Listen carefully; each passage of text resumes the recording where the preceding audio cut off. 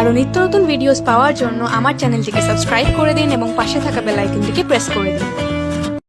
Hello friends, welcome back to my channel. আমার চ্যানেলের আরেকটি পর্ব দেখার জন্য আপনাদের সবাইকে ওয়েলকাম জানাচ্ছি। আজকে আমি আপনাদের সাথে আপনাদের ভীষণই পরিচিত একটি রেসিপি শেয়ার করছি।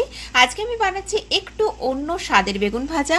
আর এই বেগুন ভাজাটা এইরকম পদ্ধতিতে বানালে তেলটা একদমই কম লাগে আর খেতেও ভীষণ সুস্বাদু হয়। তাহলে চলুন আজকের এই রেসিপিটা আমরা দেখে নিই। আমাদের আজকের এই রেসিপিটা করার জন্য এখানে আমি দুটো বড় সাইজের বেগুন নিয়ে নিয়েছি। আর বেগুনগুলোকে এইরকম গোল গোল করে কাটা আছে, তবে আমরা যেমন বেগুন ভাজা করি তার থেকে কিন্তু একটু পাতলা করে আমি এগুলোকে কেটেছি।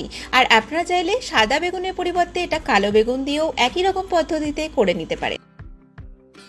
বেগুনগুলো আমাদের ভালো করে ধুয়ে জল ঝরানো আছে। আর এখন একটা মশলার মিশ্রণ আমি তৈরি করে নেব। এখানে একটা প্লেট নিয়ে নিয়েছি। এর মধ্যে আমি প্রথমে দিয়ে দিলাম প্রায় 3 টেবিল চামচ কর্নফ্লাওয়ার। আপনারা চাইলে চালের গুঁড়ো দিতে পারেন, আমার হাতের কাছে চালের গুঁড়োটা নেই বলে আজকে আমি কর্নফ্লাওয়ার দিয়ে বানাচ্ছি।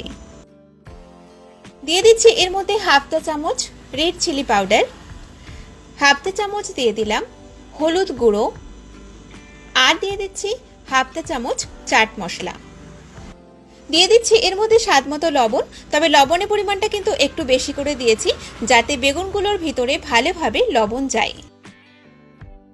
দিয়ে দিলাম এর মধ্যে প্রায় 1 চা চামচ সাদা তিল। আপনারা চাইলে কিন্তু এই সাদা তিলের পরিবর্তে পোস্তও ব্যবহার করতে পারেন।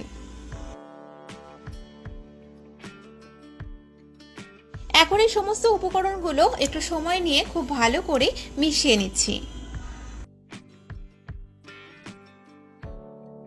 সব উপকরণ খুব ভালোভাবে আমাদের মেশানো হয়ে গেছে।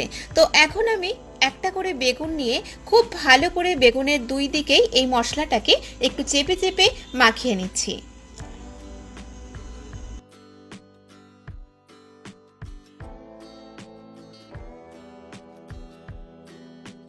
বেগুনগুলো সব আমাদের কোট করা হয়ে গেছে। তো এখন আমি এই বেগুনটাকে অন্তত 15 থেকে 20 মিনিট একটু মশলাটা সেট হওয়ার জন্য রেখে দিচ্ছি। আর এই যে বাদবাকি মিশ্রণটা রয়েছে এটা কিন্তু আমি ফেলে দেব না, একটা কন্টেনারে ভরে এটা বেশ কিছুদিন রেখে দেওয়া যাবে। আবার যখন আমরা বেগুন ভাজা করব তখন কিন্তু এটা আমরা ব্যবহার করতে পারবো, বা আমরা কোনো পকোড়া বানালেও এই ব্যাটারের মধ্যে এই মিশ্রণটা ব্যবহার করতে পারবো।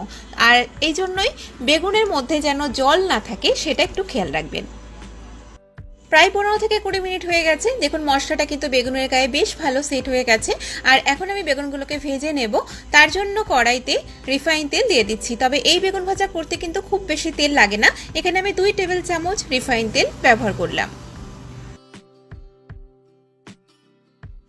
তেলটা আমাদের বেশ ভালো গরম হয়ে গেছে। এখন বেগুনগুলোকে ভাজার জন্য দিয়ে দিচ্ছি।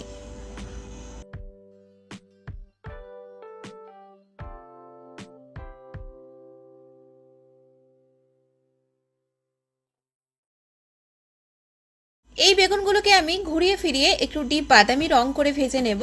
তো এই বেগুনটাকে আমি আঁচটাকে একটু কমিয়ে নিয়ে 2 মিনিটের জন্য ঢেকে দিলাম। বেগুনগুলোর একটা দিক আমাদের ভাজা হয়ে গেছে। এখন সব বেগুনগুলোকে আমি উল্টিয়ে দিচ্ছি অপর দিকটাও ভেজে নেওয়ার জন্য।